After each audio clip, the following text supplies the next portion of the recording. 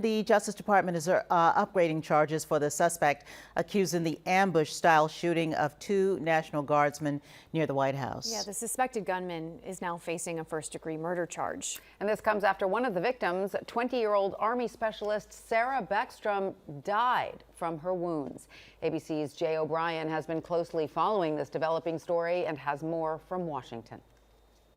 Tanya, Tony, and Danny, we're learning more about those National Guardsmen who were ambushed here at this D.C. Metro stop by a gunman wielding a .357 revolver.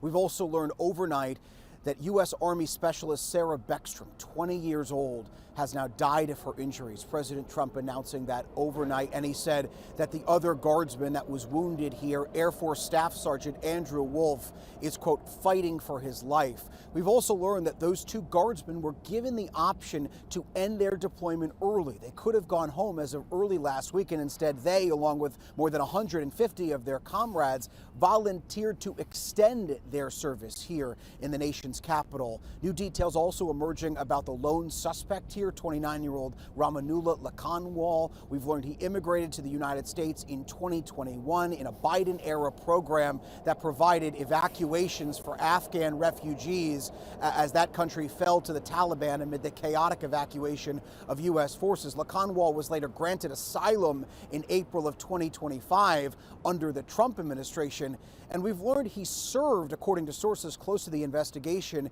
in an elite unit of Afghan nationals who worked alongside U.S. Special Forces and the CIA performing counterterrorism operations during the war in Afghanistan. That investigation intensifying at this hour. Officials searching Lakanwal's home in Washington state, saying yesterday that he drove across the country to carry out what they say is a targeted attack.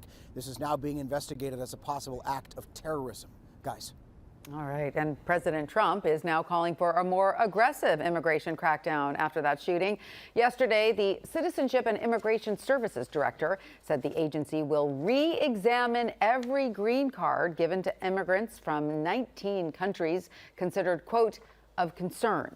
To clarify, officials pointed to a June proclamation naming countries across Africa, the Middle East, the Caribbean, and parts of Asia.